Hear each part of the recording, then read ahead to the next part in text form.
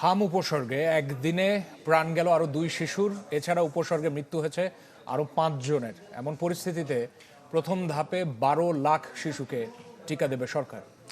12 April campaign শুরু হবে ময়মনসিংহ, বরিশাল ও ঢাকার 2 সিটিতে। সংসদের স্বাস্থ্যমন্ত্রী জানান, আওয়ামী লীগ ও অন্তর্বর্তী সরকারের অদূরদর্শিতার কারণে বেড়েছে হামের প্রাদুর্ভাব। দেশ জুড়ে ক্রমেই বাড়ছে হামের সংক্রমণ। ফলে হাসপাতালগুলোতে বেড়েছে রোগীর চাপ, সেই সাথে বেড়েছে মৃত্যুর সংখ্যাও। স্বাস্থ্য অধিদপ্তরের তথ্য মতে সবশেষ 24 ঘন্টায় সারা দেশে হামের উপসর্গ নিয়ে হাসপাতালে ভর্তি রোগীর সংখ্যা 1282 জন, যাদের মধ্যে 180 জন নিশ্চিত হামে আক্রান্ত। এছাড়া উপসর্গ নিয়ে 24 ঘন্টায় মৃত্যু হয়েছে 5 জনের, আর হামে আক্রান্ত হয়ে মারা গেছেন আরও 2 জন।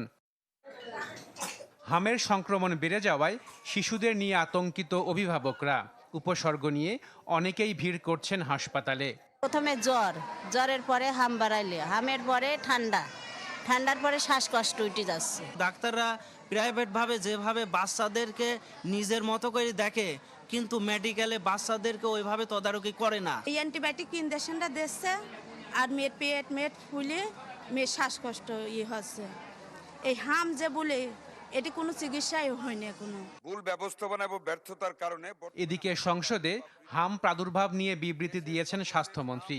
বলেন, আওয়ামী লীগ ও অন্তর্বর্তী সরকারের ব্যর্থতা এবং অদূরদর্শিতার কারণেই বর্তমানে হামের লাগামহীন সংক্রমণ।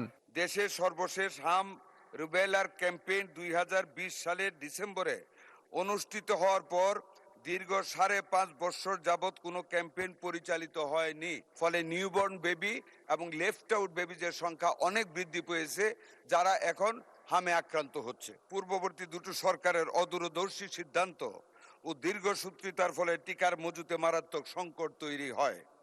এর পরিণতিতে দেশব্যাপী হামের টিকা সহ আরও 6 ধরনের গুরুত্বপূর্ণ টিকার অভাব দেখা দেয়।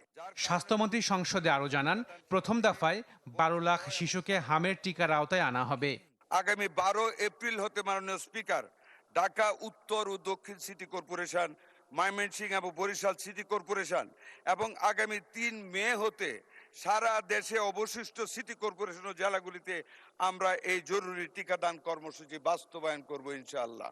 সমন্বিত উদ্যোগের মাধ্যমে অতি দ্রুতই হামের প্রাদুর্ভাব নিয়ন্ত্রণ করা সম্ভব হবে বলেও আশা প্রকাশ করেন স্বাস্থ্যমন্ত্রী। আইসিইউ ইউনিট প্রস্তুত আছে, আমাদের ভেন্টিলেটরও প্রস্তুত আছে। আশিকেন প্রিন্স, চ্যানেল 24, ঢাকা।